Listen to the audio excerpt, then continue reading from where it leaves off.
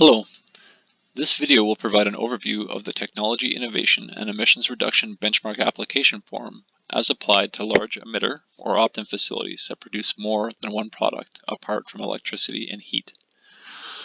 You will need to complete a benchmark application form for each product the facility is seeking a benchmark for. A benchmark application form is an Excel book with multiple tabs in which historic, facility-specific information on greenhouse gas emissions and production is collected to help in setting the facility-specific benchmark for the products of the facility. We will take the next few minutes to do a brief walkthrough of each of the tabs from left to right. If your workbook opens in protected mode, please go to the File Info menu to turn off protected mode. Please also enable macros for this workbook. We will start at the Submission tab. For this use case, please select Facility-Specific Multi-Product Facility from the drop-down. This will configure the form for this use case. As applicable, you may also check the boxes for self-generation of electricity or cogeneration, Alberta Complexity Weighted Barrel Product, Alberta Gas Processing Index Product. We will provide an overview of these cases at the end of the video. If you have self-generation or cogeneration of electricity on site, please contact the department to receive additional guidance at aep.ghg@gov.ab.ca. Under the reporting period, select the number of years your benchmark application covers and list them from least recent to most recent. In this case, we will indicate a 3-year period covering 2017, 2018, and 2019. If you believe that information you are supplying on the application form meets the threshold to be considered confidential under Section 28 of the regulation, please indicate yes under the drop-down menu and supply a letter with your submission detailing which information meets that threshold and how it qualifies. Information is also supplied on this tab about the documents which should be accompanying your form, as well as an explanation that the emissions reported on this form should be the emissions that are associated with the production of the product being applied for only. For multi-product facilities, this means that the emissions and indirects information must be split between the products. Please contact the department if you need assistance with the split of emissions.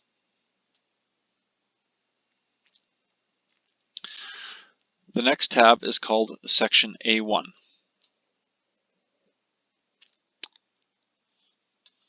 Generally, Section A tabs collect administrative information.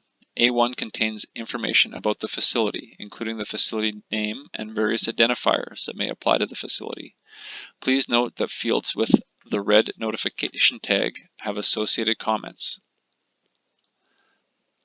Hover your mouse over the field to see the additional instructions provided there. Please also supply the first year of commercial operation for the facility. This is the first calendar year following the year in which the facility first produced a product.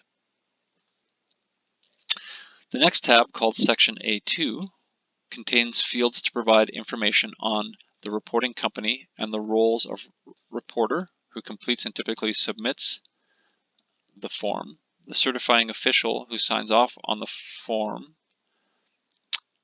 and the public contact for the facility. The following tab, called Section A3, is a free-form text field in which you can describe any significant changes that have occurred to the facility since prior reporting under previous Alberta regulations.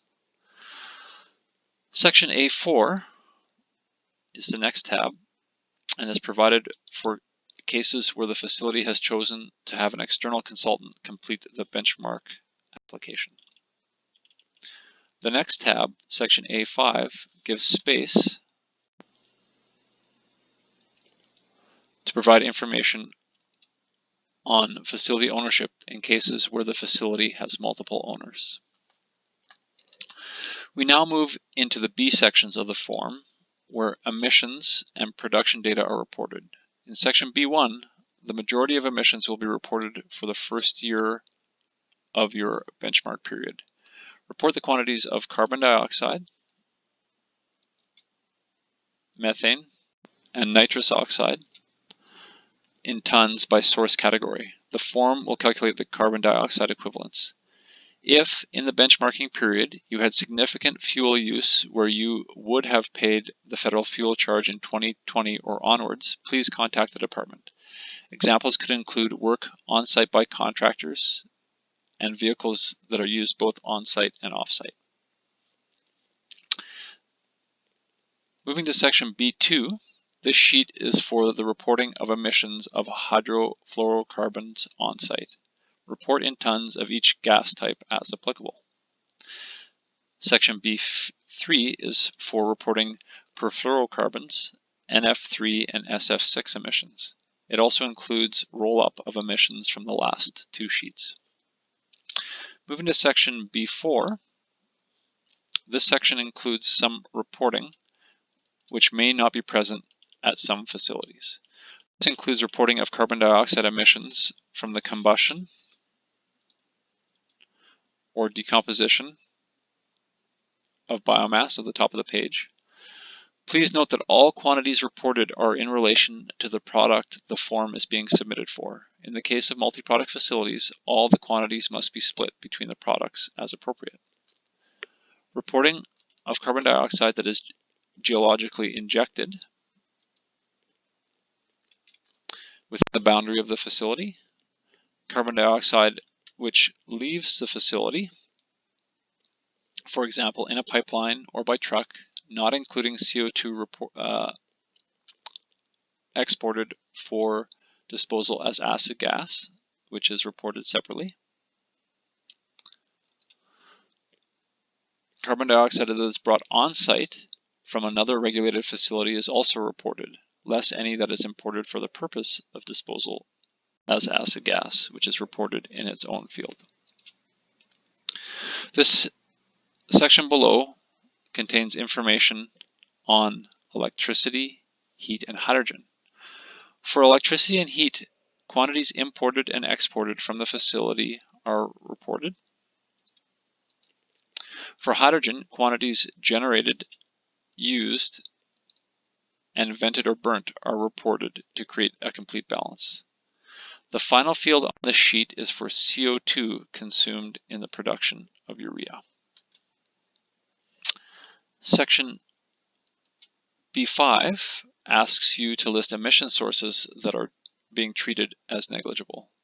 Emissions from these sources still need to be quantified and included in total regulated emissions, but alternative methods of quantification can be used. These are typically small, difficult to accurately quantify sources. See the embedded comment for details on treatment and about the cumulative emissions limit for negligible sources. The bottom section of the sheet asks if emissions data for this facility is publicly available. We next moved to section B7, as section B6 is not required in the current configuration. B7 summarizes the data that has been supplied for on-site emissions. No entry is required on this sheet. Section B8 is for reporting of fuels used at the facility, either for energy or as feedstock in the production of the product. Please report whether the whether the quantity is fuel or feedstock, the type of the fuel, a description, and the quantity in the units that are provided based on the type that was selected.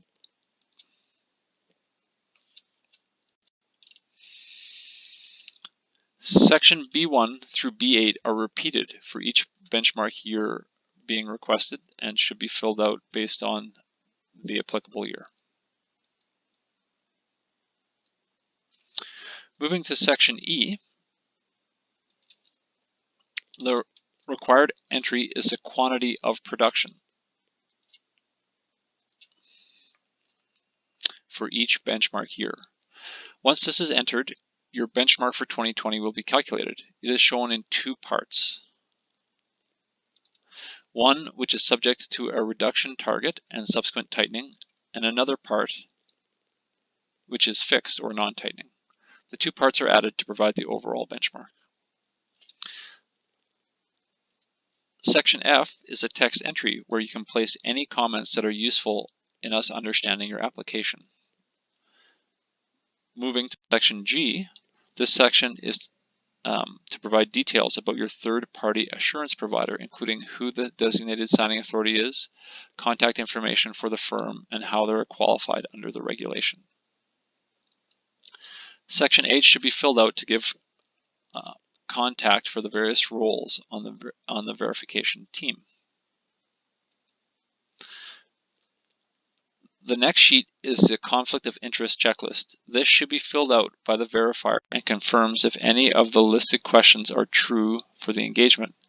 If so, the verifier should contact the department. A signed copy of this sheet should be included as part of the verification report.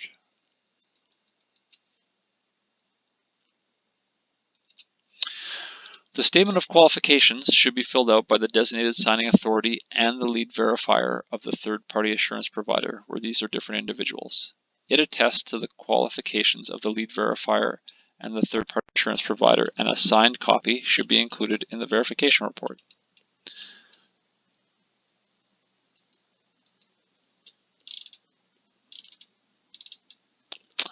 The statement of verifications is to be completed by the third-party assurance provider and signed by both the lead verifier and designated signing authority. The signed copy should be included as part of the third-party verification report.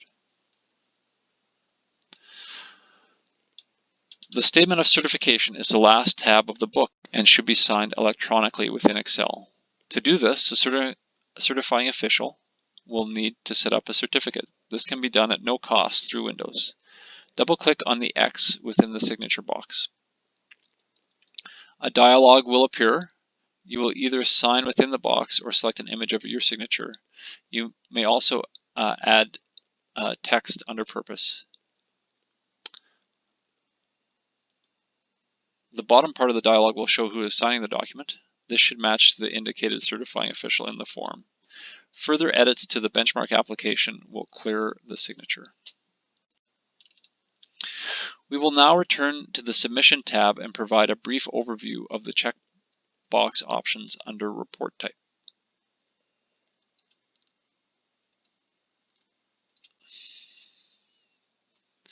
Working from bottom to top, selecting AB GPI product indicates the facility is a gas plant requesting a benchmark for the Alberta Gas Processing Index product. An additional tab will appear for each benchmarking year called Section B6 AB GPI. Moving to this tab, you can see this is where the individual throughput quantities can be provided for each process covered by the Alberta Gas Processing Index.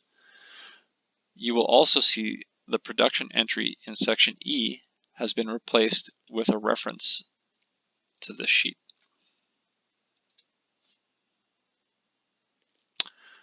Returning to the Submission tab,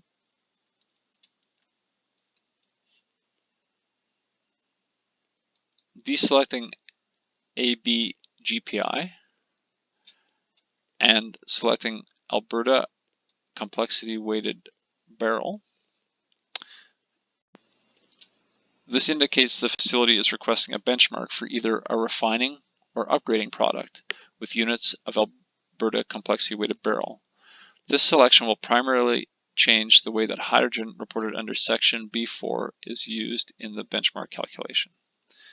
This can also be seen in Section E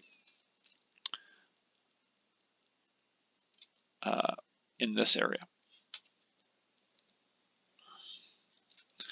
Finally, on the Submission tab, Selecting self-generation of electricity or cogeneration will introduce a few changes to the benchmark application form. Emissions reported from section B1 to B3 should not include emissions from self-generation, as indicated in the instructions on the top of each tab.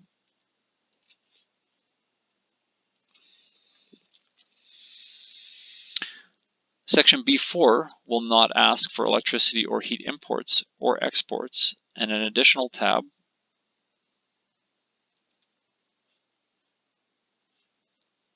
section B4 EE, will be displayed to report used electricity and used heat.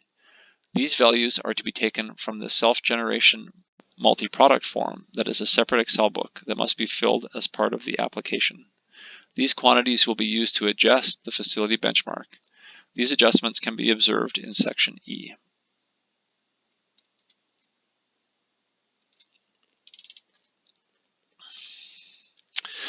This ends our overview of the use of the form for facilities with multiple products.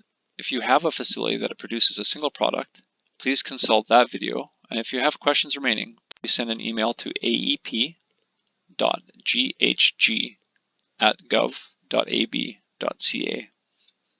Thank you.